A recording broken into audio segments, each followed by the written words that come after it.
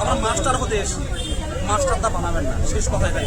ঠিক তিনটি কারণে নেপালে কিন্তু এত বড় একটা মানে আন্দোলনের মাধ্যমে, গণ আন্দোলনের মাধ্যমে সরকার উৎখাত হলো। সেখানে দুর্নীতি, বেকারত্ব আর নেপোটিজম মানে স্বজন পোষণ, আর এই তিনটে ওয়ার্ড কিন্তু পশ্চিমবঙ্গে প্রাসঙ্গিক।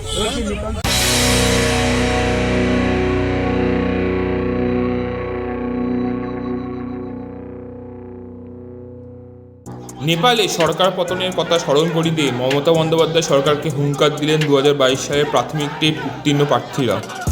তারা হুঙ্কার দিয়ে বলেছেন যে নেপালে যে কারণে সরকার বিরোধী আন্দোলন হয়েছে এবং প্রধানমন্ত্রী পদত্যাগ করে পালিয়ে যেতে বাধ্য হয়েছেন, তার তিনটি মূল কারণই পশ্চিমবঙ্গের ক্ষেত্রেও মারাত্মকভাবে প্রযোজ্য: বেকারত্ব, দুর্নীতি এবং স্বজন পোষণ।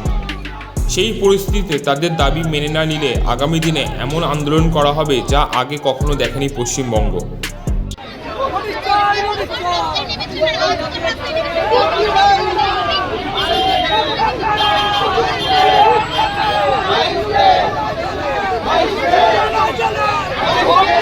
আসলে যে প্রার্থীরা পথে নেমেছেন তারা 2022 সালে প্রাথমিক টেটে উত্তীর্ণ হয়েছেন।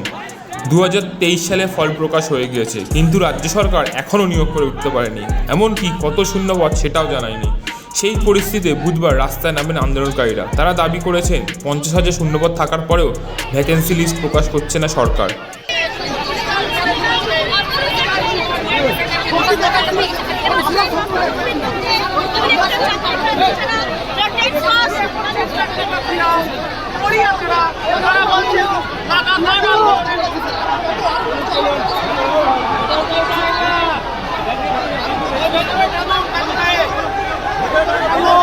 যদিও কিছুক্ষণ পরে শিক্ষামন্ত্রী ব্রাত্য বসু দাবি করেন যে 50,000 শূন্যপদের বিষয়টি পুরোপুরি গল্প, কারণ রাজ্যই জানে না যে শূন্যপদের সংখ্যা কত। সেই তালিকা আসছে বিভিন্ন জেলা থেকে। তারপর আগামী 2-1 দিনের মধ্যেই শূন্যপদের তালিকা প্রকাশ করা হবে। আর সেই নির্ধারিত সময়ের মধ্যে শূন্যপদের তালিকা প্রকাশ করা না হলে ইতিহাস সৃষ্টিকারী আন্দোলনের নামার হুঁশিয়ারি দিয়েছেন প্রার্থীরা। বছরে আমরা বিভিন্ন দপ্তরে গিয়ে শান্তিপূর্ণভাবে দাবি জানিয়েছি, বিভিন্ন দপ্তর থেকে রিপোর্ট কালেক্ট করেছি। সেখানে দেখা যাচ্ছে রাজ্যে 49,368 প্রাইমারি স্কুলের মধ্যে প্রায় 2,215টি স্কুলে শিক্ষক শূন্য, প্রাথমিক স্কুলে শিক্ষক শূন্য। একদম বাজে পরিস্থিতি। 372খানা প্রাথমিক স্কুলে শিক্ষক নেই পুরুলিয়া জেলায়, 371খানা স্কুলে বাঁকুড়া জেলায় শিক্ষক নেই। আচ্ছা, শিক্ষামন্ত্রী বললেন অত শূন্যপদ নেই, আমরা নাকি 50,000 শূন্যপদ চাপিয়ে দিচ্ছি। তাই আমরা শিক্ষামন্ত্রীর কাছে এটা জানতে এসেছি, গণতান্ত্রিক পদ্ধতিতে শান্তিপূর্ণভাবে বেশ কয়েকজন শিক্ষামন্ত্রীর কাছে দেখা করে তো দূর, পুলিশ যেভাবে অতি সক্রিয়তা দেখালো, এইভাবে যদি মানে সেটা ঘুষি মারতে মারতে আমাদেরকে নিয়ে জানা হচ্ছে। আমরা তো বাংলার হবু শিক্ষক, গত 3 বছর একভাবে আমরা মুখ্যমন্ত্রীর দৃষ্টি আকর্ষণ করাচ্ছি। আর মুখ্যমন্ত্রী পূর্ব বর্ধমান জেলায় যে সভা ছিল সেখানে আমরাও দাবি জানিয়েছি। সেখানে মুখ্যমন্ত্রী আমাদের দাবি না শুনে উনি পুলিশ প্রশাসনকে বলছেন যে আরেকটা ব্যারিকেড দিতে, তার সাধারণ মানুষের কথা ওনার কানে না পৌঁছায়। এটা আমাদের দুর্ভাগ্য। ডাক্তারবাবু বলছেন যে আপনাদের আন্দোলন কোনো মানে নেই, অর্থহীন আন্দোলন, এটা কোনো মানে নেই। উনি বলছেন ডিপিএসসিতে চাইছি। গত 3 বছর উনি কি করছিলেন?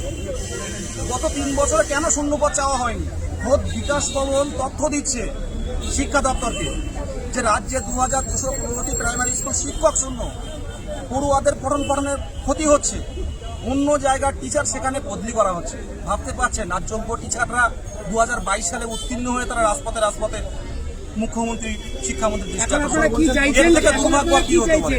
এখন আজকে আমরা বিধানসভা অভিযান করেছি, এর 4 ডবল লং নিয়ে 2 দিনের মধ্যে যদি আমাদের নোটিফিকেশন না, শূন্যপদ না জানানো হয়, কোনো একটা নোটিফিকেশন না দেওয়া হয়, এর 4 ডবল চাকরি প্রার্থী নিয়ে আমরা বিধানসভা যাবো।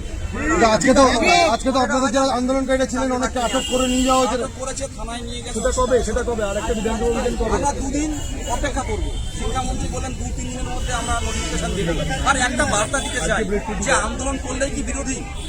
আজকে গত 2022 সালের সেপ্টেম্বর মাস, সেপ্টেম্বর 2025, আজ এই জায়গায় কেন আপনারা পদক্ষেপ নিচ্ছেন না? মুখ্যমন্ত্রী উদাসীনতা কি কারণে বুঝতে পারছি না। কিন্তু এই যে বিজ্ঞপ্তি জারি করবে বলেছে, সেটা যদি 50,000 শূন্যপদের জন্য না হয়, অল্প কিছু শূন্যপদের জন্য হয়, তাহলে শূন্যপদ 50,000 না আসে, যেহেতু 3 বছর অপেক্ষা করে আছি। পশ্চিমবঙ্গে এর আগে অনেক আন্দোলন দেখেছে, এবার নতুন পর্যায়ে আন্দোলন হবে। এবার নতুন পর্যায়ে, এবার সামনে সোমবার দিন আগে পিছিয়ে যেতাম, পুলিশ তাড়াতো, পালাতাম, পুলিশ মাত্র পেছন দিতে লাঠি দিয়ে। আমরা কোনো অগণতান্ত্রিক পদ্ধতিতে আন্দোলন করতে চাই না, কিন্তু আমরা মাস্টার হতে এসেছি, মাস্টারটা বানাবেন না, শেষ কথাই তাই। ঠিক ঠিক যে 2010 সালে কিন্তু আমরা পরিবর্তন চেয়েছিলাম, কিন্তু সেই মুখ্যমন্ত্রী কিন্তু এই মুখ্যমন্ত্রী না। নেপালের পরিস্থিতি যে তিনটে কারণে আমি দেখছিলাম, তার কাছে যে বেকারত্ব, দুর্নীতি আর নেপোটিজম, মানে হচ্ছে স্বজন পোষণ, এই তিনটে জিনিস কিন্তু পশ্চিমবঙ্গের মাথায় রাখবে। এই তিনটি কারণে নেপালে কিন্তু এত বড় একটা মানে আন্দোলনের মাধ্যমে, গণ আন্দোলনের মাধ্যমে সরকার উৎখাত হলো। সেখানে দুর্নীতি, বেকারত্ব আর নেপোটিজম মানে স্বজন পোষণ, আর এই তিনটে ওয়ার্ড কিন্তু পশ্চিমবঙ্গে প্রাসঙ্গিক।